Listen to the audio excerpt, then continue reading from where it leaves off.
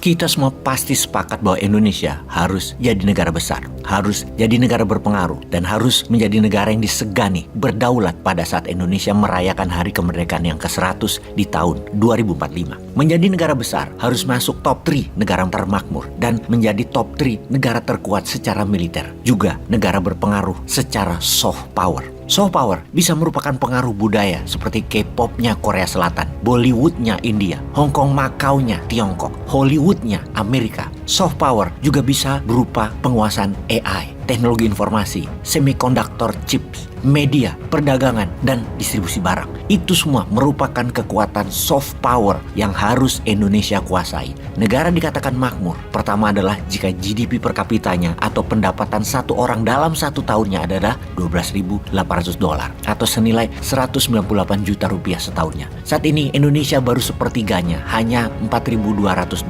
setahun atau 65,1 juta rupiah. Kalau secara PDB negara Indonesia saat ini baru 1,15 triliun dolar nilainya, dan untuk menjadi negara makmur harus naik ke 3,5 triliun dolar, naik 3,5 kali dari sekarang atau naik 350% dalam 22 tahun ke depan. Sementara kita semua tahu dalam 9 tahun ini naiknya hanya dari $3.400 per kapita menjadi $4.200 per kapita atau hanya naik 24% saja dalam 9 tahun. Hal ini menunjukkan satu hal, bahwa ekonomi Indonesia masih belum berdaulat. Selama 5 presiden dari Soeharto sampai SBY kita bersama Amerika, dan selama 2 periode ini kita bersama Tiongkok. Sekali lagi kita bertanya, apakah lebih baik bersama Amerika atau lebih baik bersama Tiongkok? Kita harus berkaca ke depannya. Masih mau bersama keduanya? Balik lagi ke Amerika? Atau tetap dengan Tiongkok? Atau pilihan ketiga bersama New Mind, bersama New Economic Model, bersama Post-Keynesian? Kita luaskan lagi.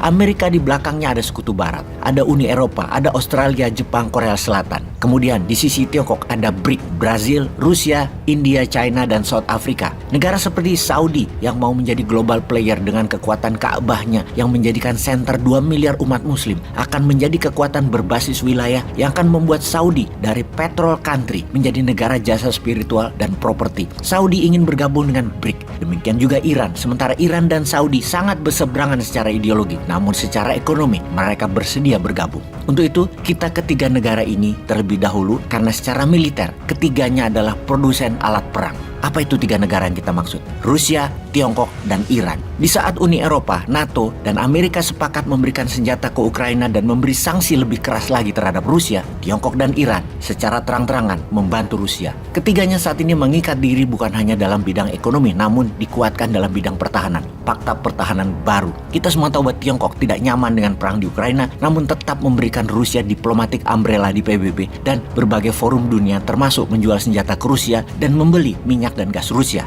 Di sisi Iran, drone kamikaze atau Shahid drone telah ribuan dikirim ke Rusia dari sejak sebelum perang hingga saat ini. Kita semua tahu industri drone perang Iran adalah yang terbanyak, terlengkap, tercanggih di dunia saat ini. Ditambah lagi rudal balistik Iran yang terbaru dikirim ke Rusia. Melengkapi data tersebut, ketiga pemimpin negara tersebut 2 tahun ini telah sering bolak-balik saling mengunjungi. Bahkan ketika video narasi ini dibuat, Wang Yi, diplomat Tiongkok tertinggi, ada di Rusia saat ini. Baru-baru ini ketika pemimpin Rusia bertemu dengan petinggi Iran, Raisi, keduanya sepakat membantu Bashar al-Assad agar Suriah tidak dibumi hanguskan Amerika dengan ISIS di belakang mereka, dan rakyat tidak berdosa dipakai tameng oleh ISIS. Iran dan Rusia akan terus berusaha agar al-Assad tetap berkuasa demi Suriah tidak jatuh ke Amerika. Walaupun Iran dan Suriah secara ideologi berbeda, sekali lagi ini politik. Rusia tetap bertahan di Suriah, walaupun di Ukraina Rusia memerlukan bantuan, dan untuk itu Rusia bermain cantik di banyak front. Solusinya Tiongkok membantu. Pertama, bulan lalu Tiongkok dan Iran menandatangani program 25 tahun kedua negara kerjasama, dan kerjasama kali ini sangat dahsyat yang seakan membuat Iran adalah provinsinya Tiongkok, menggadaikan Iran ke Tiongkok. Namun hal itulah yang dibutuhkan Iran saat ini, perlindungan umbrella diplomatik, ekonomi, teknologi, dan uangnya Tiongkok juga membuat Iran menjadi member dari Shanghai Cooperation Organization,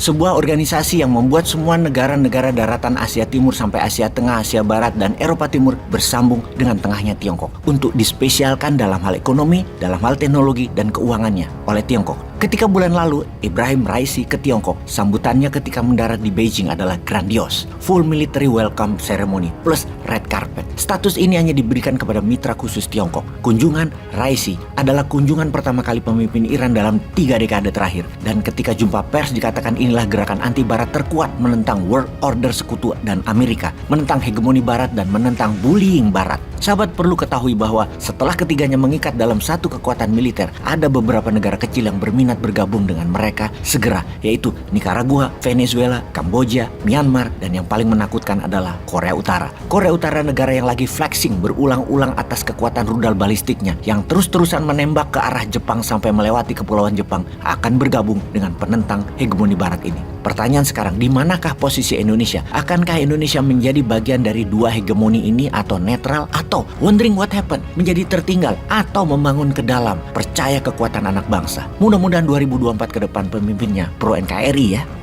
Peace.